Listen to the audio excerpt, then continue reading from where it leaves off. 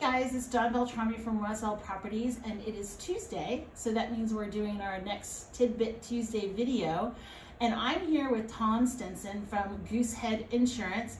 Tom and I have been working together for about 2 years, and I was so happy to discover him because he has done an awesome job with my clients of giving great rates, and also for myself personally. So I highly recommend him to all of my buyers and even some of my sellers who are moving on to their next home if it's here in Texas, or he can even help them out of state with other Goosehead agents. Yep. So I'm going to sit down with him and I'm going to be asking him some questions that my buyers have asked me, and as we've discussed before, I can't answer questions that I'm not an expert in, and insurance is obviously something I'm not an expert in. So I always have my clients talk to Tom about those questions. So I'm going to talk to Tom, ask him some questions, and have him answer them for us. And hopefully this will help you as you start to research your next insurance person that you want to work with. Obviously, hopefully you'll call Tom and he can help you. So without further ado, let's get in it. So Tom, tell us a little bit about yourself, your education, your experience, how long you've been in the business. So I was in the tech business for 20 years, and my wife got into insurance because the children, well, she wanted to work part-time. She didn't want to have a full-time commitment, and she wanted to be around other people and, be useful. But she definitely didn't want to be in the tech business. So she started working part-time for an insurance company, and through that, I got an insurance license in 2013. Okay. So she's been in the business 19 years, okay, and I've been in 8. Okay. So we opened our own shop at Allstate in 2014, okay, and we moved to Goosehead. We signed with Goosehead in November of 2015, and I started training there in January of 16. So it's been just over 5 years, okay, for both of us to be in the Goosehead world. Okay, so Goosehead is, explain kind of Goosehead, because you guys can research all different insurance companies, right? Are you would you classify as like a broker, or how do you classify yourself? We're a broker. We're okay, considered an independent agent. So the insurance business has 3 different types of companies. We have a captive agent, which is what we were at Allstate. Okay. So we're selling primarily Allstate insurance. Mm-hmm. And same with State Farm, with Farmers, with Nationwide, Liberty Mutual. All they're selling is their product. Right. Then you have independent agents. Most of these are mom and pop. Okay. So these are guys that used to work at the big captives, and now they sell multiple lines by themselves. Okay. But the businesses are usually small. So Goosehead is the largest broker for home insurance in the United States. Oh, wow. Okay. We are the only publicly traded independent insurance agency that's focused on personal lines. Okay. So there are plenty of big independents that do commercial, but with personal lines, we're the only one that has muscle. Okay. So Goosehead is public we're on the NASDAQ, GSHD. We have $4 billion in market capitalizations, okay, and the written premiums are a little bit more than $1 billion. They're in all 50 states. There are 1,200 franchisees. Okay. We are one. We were one of the earlier ones, and they're taking them up, a couple of hundred at a time per year now. But so I was glad to get in when we did. Goosehead researches there are 500 companies in Texas that provide home insurance. Goosehead has given me 80 that they believe are good. Okay. So if you've got one of the other 420, our research, which is industry-based research, suggests we don't want them. Okay. And if we don't think they offer an outstanding experience to their clients, I think people want to question whether or not. Right. Whether or not they should be using them. That's right. So the third type is direct writers. Okay. People like AAA, Amica, mm-hmm, USAA, Geico. Mm-hmm. The only way to talk to them is directly. Now, with a company like that, or with a company like Allstate, who represents you? Right. If they're agents of the company, who's an agent for you? Right. So this is why Goosehead exists. So our motto is finally a choice. Okay. So when you have a problem, you're going to come to us. Right. Not the carriers. Right. If they were worth a damn, we wouldn't be here. Right. Right. Right. And we know from our experiences from Allstate and Farmers and Nationwide that they're not. Right. They're focused on themselves, not you. Right. So we even things up. And we know enough about insurance to where you're not going to become a victim. Right. You're going to be a participant. Right. Yeah. And I think that that's great, because there is times I've had to call Tom, and exactly, I don't call my insurance company, I call you and ask you what's going on, why am I getting this, why am I getting that, and you've been able to help me give me the answers, get it fixed, get it corrected, or get it changed, whatever it is. Yeah, yes. And that's awesome. So let me ask you a couple other questions as well. You answered about how long you've been in Goosehead, and so you've already answered also what the difference between Goosehead is and like an Allstate or something like that. And what does a standard home insurance policy cover? So there's an acronym that I remember. So I teach continuing education to realtors about home insurance. Right. And the acronym is Do Calm Waco. So I'll run through it as fast. The dwelling, the other structures, contents, additional living expense, liability, and medical. Okay. So the Do Calm is the standards that the state of Texas requires every insurance company to show you. Okay. Here comes the funny part. They don't mean anything. So when you look at your policy, people will say, well, I'm going to compare you with somebody else. They don't know how. Right. Those 5 things don't say anything at all. It's worthless. Okay. It's actually 6 things. But WACO stands for Water and Additional Coverages. This is where the rub is. There are 4 different types of water coverages in Texas. Those companies do not advertise that they're not offering you 2 or 3 of them. Okay. So for example, Allstate does not offer coverage for what's called seepage and leakage. I have many carriers that offer this to the policy limit. So insurance is not about what you have, it's about what you don't. Right. So the question is, if we get the right product, now how do we get the best price? Okay. But the majors, the Allstates, the Liberties, the Farmers, these guys are covering less and they're charging more. Yes. So somebody's paying for those commercials. Right. And that's all brand muscle, Yeah. right? So it makes no sense. Now I carry some of these brands. Right.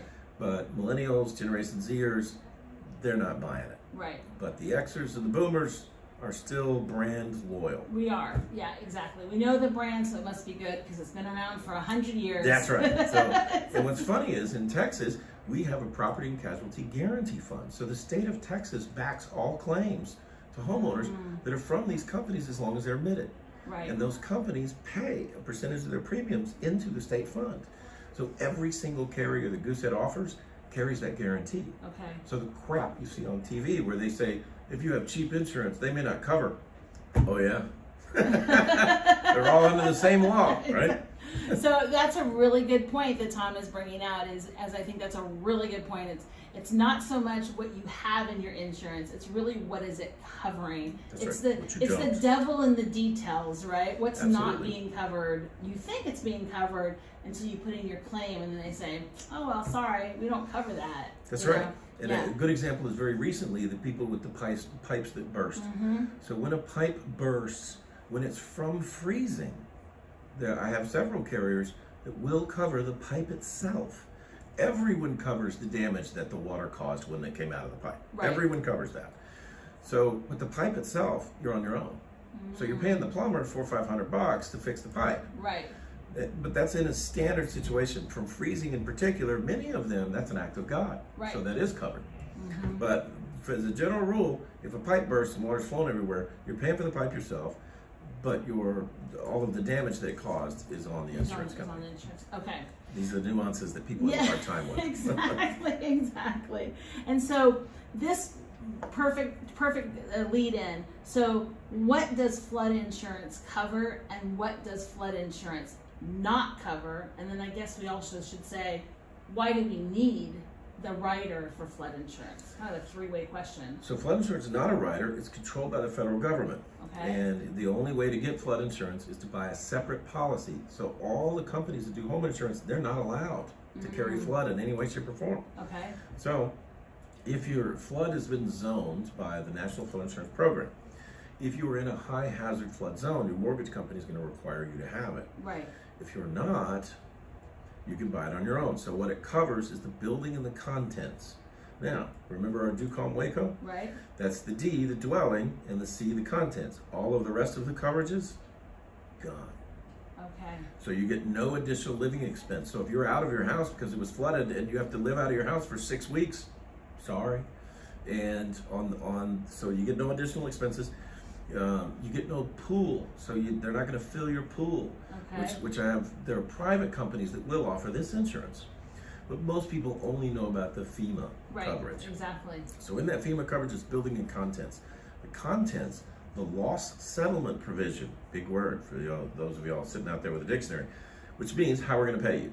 And the most common are replacement cost or actual cash value.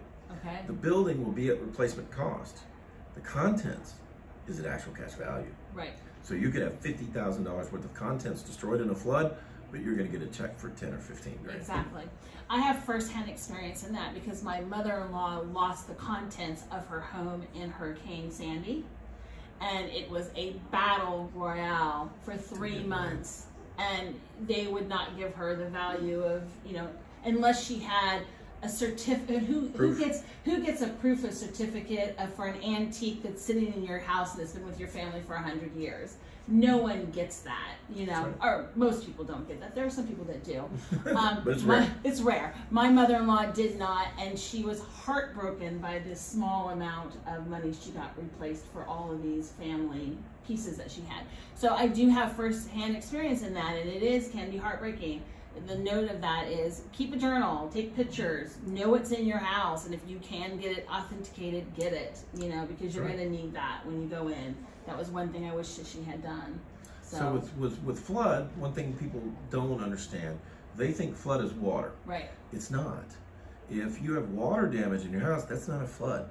If the water is backing up from the drains in your street and you feel like that's going to come to your front door, that's not a flood. A flood is only from a source, a bayou, a river, a creek. So those are the only places flood can come from. It's rising water. Rising water, exactly. She lived right next to a bay kind of situation. And that brings another question. So let's say your water heater explodes in your attic and it floods your house. Is that covered under your insurance, or is that covered under the flood insurance that you purchased? So it's on the home insurance because Okay. it's not a flood from a river. Okay. So the water from the heater itself is covered. Depending what caused the water heater to break, if it broke because it's old and it hasn't been maintained, and most insurance companies want your water heater to have been replaced within 15 years, and they have serial numbers on them so they know when these get replaced. So if it's an older water heater, you may not be covered for the water heater itself. Now some of these are cheap, they can be $2,000 to $4,000, some can be more, depends on how big the house is, and maybe you have more than one. So the damage that it causes is certainly covered. Okay. But the water heater itself may or may not, it depends. Kind of going back to that frozen pipe. Yes. Okay. So insurance is going to cover you for life-altering events. It's not going to cover you for a bunch of knick-knacky little stuff, $1,000 here, $1,000 there. Right. So a lot of people come back and they say, well, what good is insurance? Because they try to file small claims. Right. That's not what insurance is for. Right, They want life-changing stuff, and we'll be there for you. Right, exactly. Yeah. And so what is the one thing that a homeowner's policy does not cover that we all should know about, that we think that it would cover? It covers the things that we don't expect to happen. If you were surprised that it happened, it's covered. If you left a banana peel on the sidewalk, we're not surprised that your neighbor slipped and hurt himself. Okay. Why did you do that? So gross negligence, intentional misconduct. So if you take out a book of matches and light fire to your living room, we're not paying for that. Okay. But if your child does it, we are. Okay. They don't know better. Right. So if you're surprised it happened, we cover it. Okay. If we knew that roof was old and now it's leaking, we're not covering that. Okay. We knew it was a problem. If we know that water heater's old, we're not covering that. Okay. Right? So anytime we're not surprised, it's on you. It's on you. Okay. That's a good way to think of it, to kind of remember it. It's good. So how are homeowners insurance rates calculated? Wow. So there's a joke in the insurance industry. They're calculated by professional prediction people that we call actuaries. And so there's a joke in the insurance industry that there are 3 types of actuaries. There are those that can count and those that can't. So we have no idea how they come to the conclusions they have. I had a woman who had sadly become a widow, and she called to remove her husband from her auto insurance. And I had to tell her, first I told her, I'm so sorry. And then I had to tell her, we need to leave him on the policy. And she said, oh, you've got to be kidding. Why would you do that? I said, well, he's a safe driver. And the rates for married women are much better than for widowed women. So your price is going up even though you have one fewer driver. Right. Which commonsensically, that makes what? So 2 people, I would think there's more risk than with just 1 person. Right. So I don't know where these actuaries come up with these risks, but I can tell you the obvious ones. Geography. The closer you are to the coast, more south and more east, price goes up. Right. More north, more west, price goes down. Geography matters a ton. Then you look at the age of the home and square footage. Maintenance is the #1 reason for home claims in Texas, because people don't know how to maintain. They don't know when to change a furnace, a water heater, how often they should have the roof maintained. They don't follow the maintenance schedule. So the older a home gets, our risk goes up exponentially. Okay. So the newer homes, the homes that are within 20 years old, they're getting fantastic rates. Homes that are within the first 5 or 10 years, I mean, you're talking about $1,000 a year. That's what you got me. Yeah. Exactly. Yeah. So homes that are 25 years old and pushing, it's going to be twice that. Okay. Homes that are 50 years old, you're all over the place. Wow. And some insurance companies have niches, like Berkshire Hathaway, Right. Warren Buffett's company. They love older homes. And once a home gets to be 50 plus years old, they're significantly better than their competitors. But most companies, especially the big ones, the Allstates, the Nationwides, the Farmers, they're going to stay away from older homes, and they're going to cancel because of the condition, the maintenance conditions of those homes. And they won't like galvanized plumbing. That's blah blah blah. That's a big one. Yep. That's what I tell my buyers. You might want to make sure you tell your insurance person that you're calling that absolutely this has got galvanized pipes or it's got electrical. These things are all So the age of the home, the square footage, the bigger a house is, the more it's going to cost. Okay. Then you look at the credit of the person. Okay. Then you look at claims history, and claims history isn't something you can ever get rid of. Right. So while they may only charge you for claims that have been done within the past 5 years, they can see your claims history over a 30-year period. Okay. And we know that people that have a bunch of claims, unless there are explanations, and the key is like 0 claims. That means they're calling all the time. I can tell those people need an agent. Your agent should be your first call. Right. Now, I'm in sales. I'm not an adjuster. Right. I'm not a claims supervisor, but I can tell people things they don't know. Right. Such as when your home gets damaged, you've got to get someone to come out and assess the damage. Don't call the insurance company first. Right. Right. So the insurance company doesn't need to know if you're going to fix it yourself. Right. If there's something comes up later where it wasn't fixed correctly, well, the insurance company will help you go after those contractors, but they don't need to be informed anytime very small damage is done to your house. Right. Yeah. I think it's even in car insurance. I had a small damage in my car, and I just paid for it out of pocket. Like I don't even want to get involved in it. I didn't want my insurance to go up or anything like that, especially because I'd had a big accident just like 4 months before that. So it's like, no, I'm not doing that. Hope you weren't hurt? No, I wasn't, thank God. A little neck problem, but no, I wasn't. So how do I know how much home insurance that I need?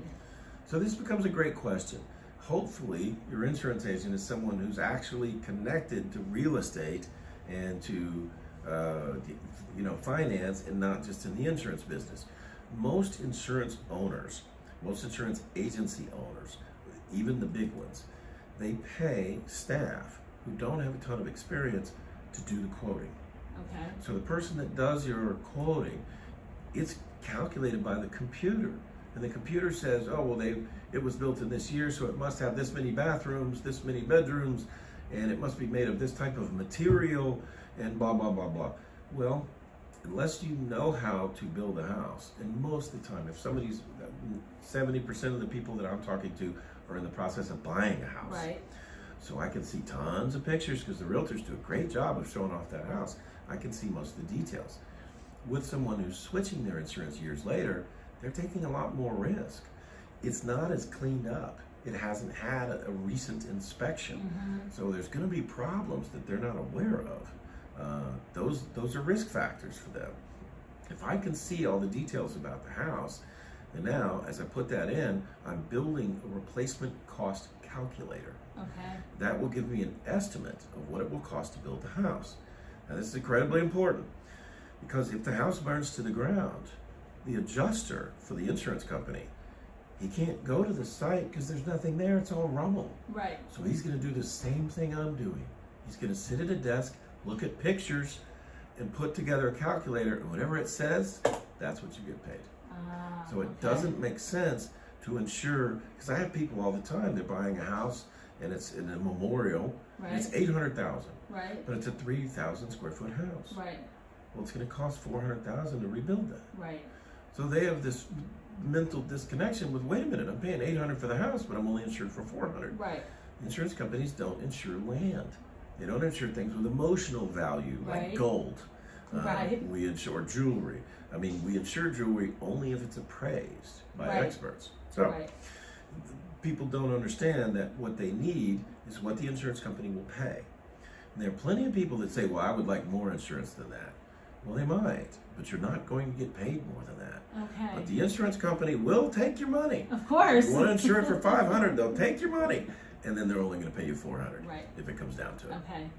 So that's a really good thing to know, is to remember that if the value that you're only going to be able to receive is really what you should only be insured for. Why pay more, right? Absolutely. Exactly. Now, people in the Southeast, because if you're in Clear Lake, if you're in Webster, oh, it's awful. So they're paying twice what the people in the West and the North are. I mean, we're talking $3,500, $4,000 a year. Wow. So let's say we're back to that 3,000 square foot house. They're not going to want to insure it at $400.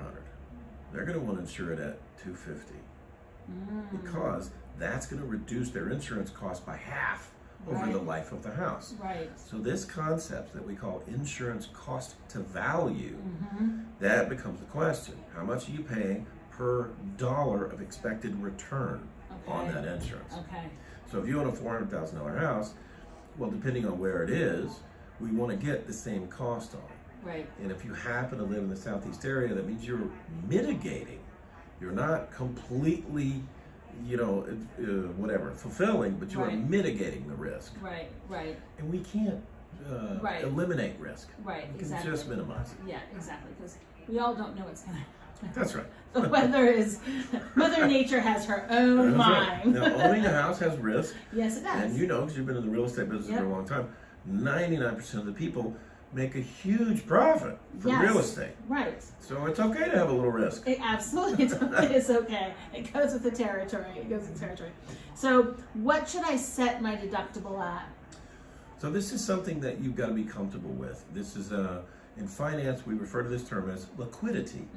If you have a lot of cash in the bank, for example, you don't want to invest your stuff in aggressive whatever, and if you're not investing in real estate, for example, because it takes a long time to get your money out. Right. If you've got $25,000 in liquid cash, I think you should have a $10,000 deductible. Okay. If you don't, if you're like most normal people, and we're living paycheck to paycheck, and we're happy to sock away 10% of our income, I think you should have the deductible as low as possible. So in Houston, that's 1% of the home's value on wind. Okay. So if you have a $200,000 house, that's a $2,000 deductible. Right. That's a lot of money right there. Right. I don't know about you, but if I have to pop out $2,000, I'm going to want to ask some questions. Right. So am I. That 2% at $4,000, oh wow. Right. Now you're getting into an area where if you have a $4,000 deductible, you may not fix what's broken. You may wait, and that's a big, big mistake. Okay. So when it comes to risk mitigation, the lower deductible, that's where we want to be. Okay. That's going to keep it to where you can get it fixed. Okay. It's a really good point to think about. Think about your own personal finances. How comfortable are, what are you to pay out, and keep that in mind. Because that's true. A lot of people might think, yeah, but if I have a higher deductible, my payments will be lower. Am I right in saying that? They are. And so here's an example. Let's say you have a $1,500 home policy. By getting a 5% deductible, so that person at $200,000, if they've got plenty of cash, we can have a $10,000 deductible. Well, they're paying $1,500 for the policy. Right. Well, now they're going to pay $1,000. So it saves you $500 a year.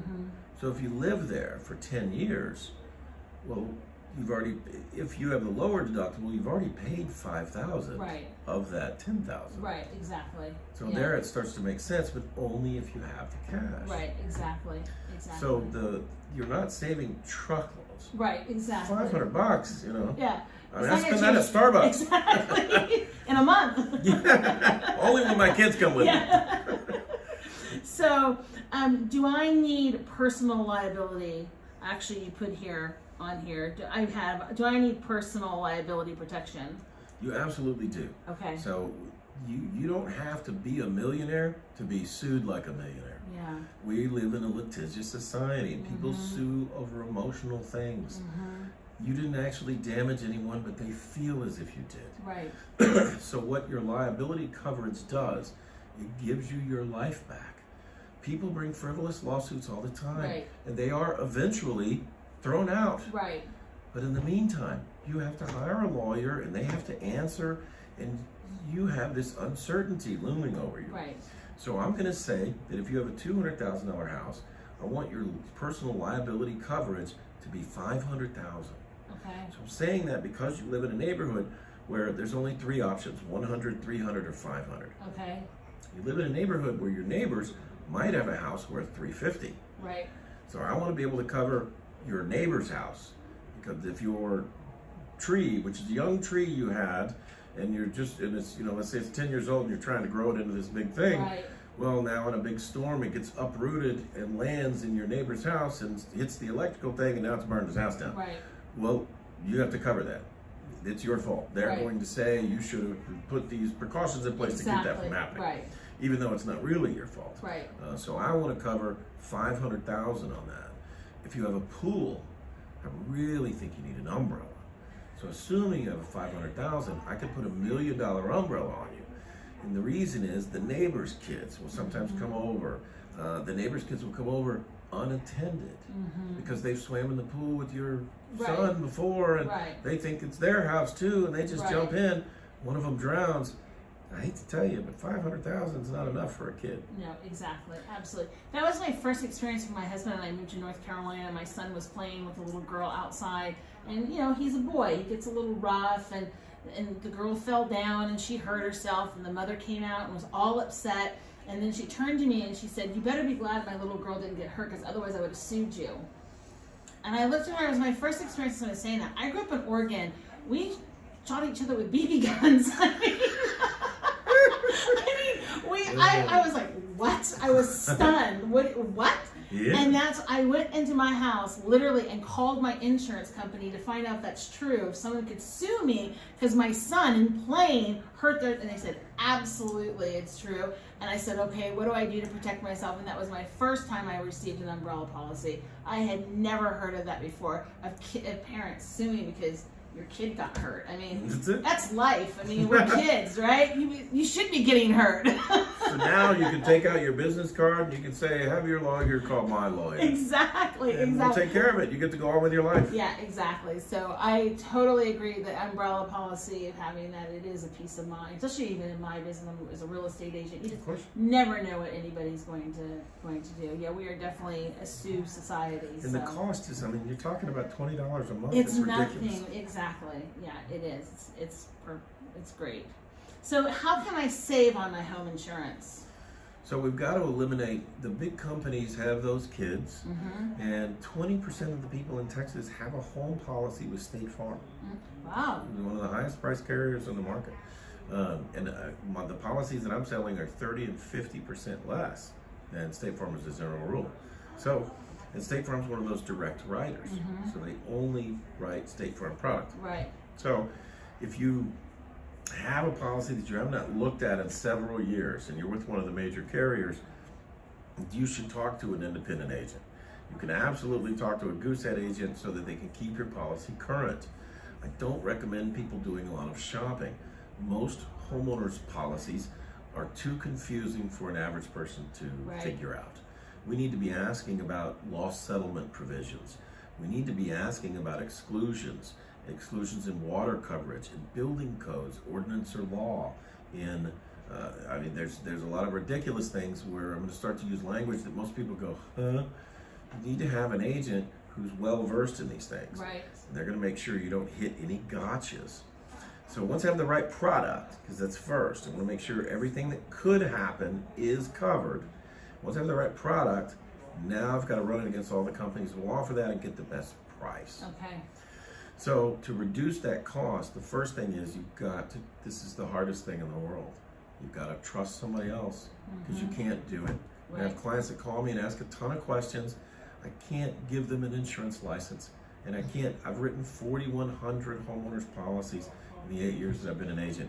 I can't make them, so if you do the math on that, that's about 2 a business day. Yeah. If you write a couple a day and the years start rolling by, you can't replace experience like that. Right, you can't, exactly. So even if you've owned 10 homes and you've done 20 different home policies, that's nothing to somebody who's doing it every day. Exactly. I know what a good price looks like today. If I'm given a location and an age of the home and the square footage, I know what a good price would be. So if someone says, am I paying too much? Well, if they ask me, I can tell you. Right, exactly. And I can tell you that if you have a brand new build and you live in the Woodlands and you're paying $3,000, yes, it's too much. I don't care how big the house is. Exactly. You should be paying $1,000. Right, exactly. No, that's what we revisited my policy even the next year, and we were able to save almost $500. So exactly. I mean, I think that you really should be looking at your policy at least, if not every year, at least every couple of years, just to see. You should. Yeah. And you got to trust someone. Exactly. You got to be able to ask them, how does this look? They'll know. Yeah, exactly. So we already talked about, do I need an umbrella policy? Yep, we do. And how does homeowners insurance differ from renters insurance? So a renter is only covering the contents. So what I refer, people go, well, what do you mean contents? Take the house and turn it upside down. Whatever falls, those are your contents. Right. Everything else is attached. It came with the house. You can't take it with you. Right. So your contents, it was what renters covered. Now it's very important, a renter, what could damage their stuff? Fire is going to be covered by every policy. Okay. The renter's policy must cover water. Because that's the big killer. 70% of the claims in Texas are from wind and water. Now the wind claims usually have something to do with the roof. The water claims are always the inside. When that pipe bursts, now you've got furniture, you've got dishes, you've got clothes, you've got, I mean, it could be china, it could be all kinds of crazy stuff. And it destroys everything in its path. So your contents as a renter must be covered from all 4 water damage coverages. Okay. If you have one of the big companies, Progressive, for example, they're not going to cover at least a couple of them. Right. This is the problem. This is why you need an agent to make sure the only thing that can happen to you as a renter is water. Right. Make sure you get 100% water, regardless of what the cost is. And renters policies in general cost $250, $300. If with a brand new renter, like a 21-year-old kid who has the minimum, you're talking about $125 a year. Right. It's nothing. $10 a month. Exactly. So if you're paying $20 or $25 a month, oh, we've got to pay for the guys that have the right coverage. Exactly. Yeah. I tell my renters all the time, you have to make sure that you have renters. First off, they ask you that on lease, are you going to have it? And you really do need it. But I had actually just learned this year about the water part too. I never even thought to advise my clients that. And now when I told my clients, or when I tell my clients, I say, make sure you ask Tom about water coverage, because that's where the damage will probably come from. So make sure, and if you don't go with Tom, make sure with the next agent you're talking to that you ask them that. These are things you need to know. Absolutely. Yeah. And most renters don't think that they could be sued. Right. But they can too. Exactly. So in a renter's policy, it comes with a minimum of $100,000 in liability. Okay. And I usually get my renters to go up to $300,000. It costs $10 for the year. Yes. It doesn't make sense. Exactly. The houses around you probably cost over $100,000. Right. Exactly. So that $300,000 limit, and for $200, I mean, this could be a life-saving, life-altering event. Absolutely. We never think we're going to need it, and we hope to God we never will. But it's always when we think, well, I'll never need that you might need it, and you really should have it, for sure. Yeah, I mean, this is renter's insurance is a good example.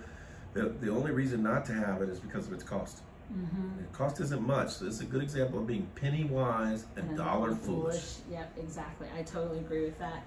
And so, will I need a home inspection before getting my home insurance?